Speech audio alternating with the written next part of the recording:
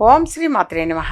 ఇప్పుడు తెలియజేసే అంశము, దృష్టి దోషం తొలగాలి అన్నా, ధనాదాయం పెరగాలి అన్నా, గృహ యోగం కలగాలి అన్నా అమావాస్య నాడు తప్పనిసరిగా ఈ చిన్న చిన్న పరిహారాలు అనేది ఆచరించడం చాలా చాలా మంచిది. పెద్ద పెద్దవేం కాదు నాన్న, వెరీ సింపుల్.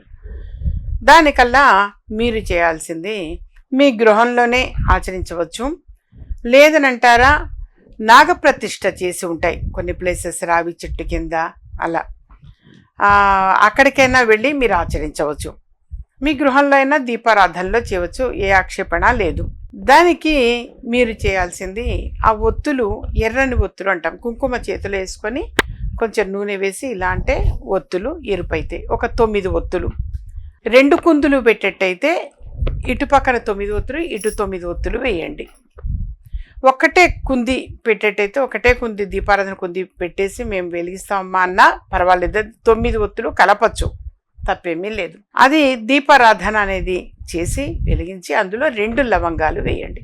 ఒకళ్ళు 2 కుందులు వెలిగించారు అనంటే, ప్రమిదలు కుందులు 2 వెలిగించారంటే రెండిట్లో అయినా సరే అందులో ఒకటి వేయండి. ఒకటే కుంది వెలిగించేటైతే కనుక 2 లవంగాలు అందులో వేసేయండి. వేసి కొంచెం కుంకుమ పువ్వు రెక్క అనేది కూడా అందులో వేసి ఉంచండి. ఈ విధంగా చేయడం వలన తప్పనిసరిగా గృహం కోసం ప్రయత్నం చేస్తున్నటువంటి వారికి చక్కగా గృహ యోగము అనేది కలుగుతుంది. స్వగృహము, సొంత ఇల్లు తీసుకోగలుగుతారు. అలాగే దృష్టి దోషం కూడా తొలగిపోయి ధన ఆదాయము అనేది కూడా పెరుగుతుంది నాన్న. అలాగే ఒక ఉద్యోగం రావాలి అని ప్రయత్నం చేస్తుంటే, ఆ ఉద్యోగం కోసం అంటే నాకు మంచి ఉద్యోగం రావాలి స్వామి అని కోరుకుంటే వాళ్ళైనా ఈ విధంగా ఆచరించవచ్చు. ఇంట్లో అయినా దీపారాధన చేయవచ్చు, లేని పక్షంలో నాగప్రతిష్ఠ చేసి ఉంటాయి రావి చెట్టు కింద, అప్పుడైనా దీపారాధన చేయవచ్చు. అలాగే కంపల్సరీ ఇది రాహుకాల సమయమే చేయాలా అది ఏమీ లేదు. మీరు ఉదయం పూట మామూలు నిత్య దీపారాధన ఎలా అయితే చేస్తారో ఆ విధంగా ఆచరించవచ్చు.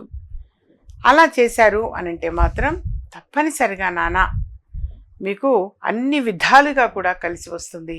సకల శుభాలు చేకూరుతాయి. శుభవార్తల మీద శుభవార్తలు వినే అవకాశం ఉంటుంది. ఎన్ని వారాలు చేయాలి, ఎన్ని నెలలు చేయాలి, ఇప్పుడు అమావాస్య రోజు చేయమని చెప్పాం. ఎన్ని నెలలు చేయాలమ్మా అన్న సందేహం కలగచ్చు. ఇన్ని నెలలు అనేమీ లేదు, మీకు ఎంత కాలమైనా ప్రతి అమావాస్య చేయవచ్చు. ఇంతకు మునుపు ఇదే పద్ధతి మంగళవారాలు తెలియచేయటం జరిగింది. ఆ మంగళవారం అనేది కూడా ఎన్ని వారాలైనా ఆచరించవచ్చు. అంటే మంగళవారం రోజైనా ఇలా ఆచరించవచ్చు, అమావాస్య తిథి రోజైనా ఆచరించవచ్చు. అమావాస్య మంగళవారము కలిసి వచ్చింది అని అంటే తప్పనిసరిగా మీరు ఆచరించండి. ఇలా ఆచరించడం వలన దృష్టి దోషము అనేది తొలగిపోతుంది. దృష్టి దోషం తొలగిపోయి మీకు సకల శుభాలు చేకూరుతాయి.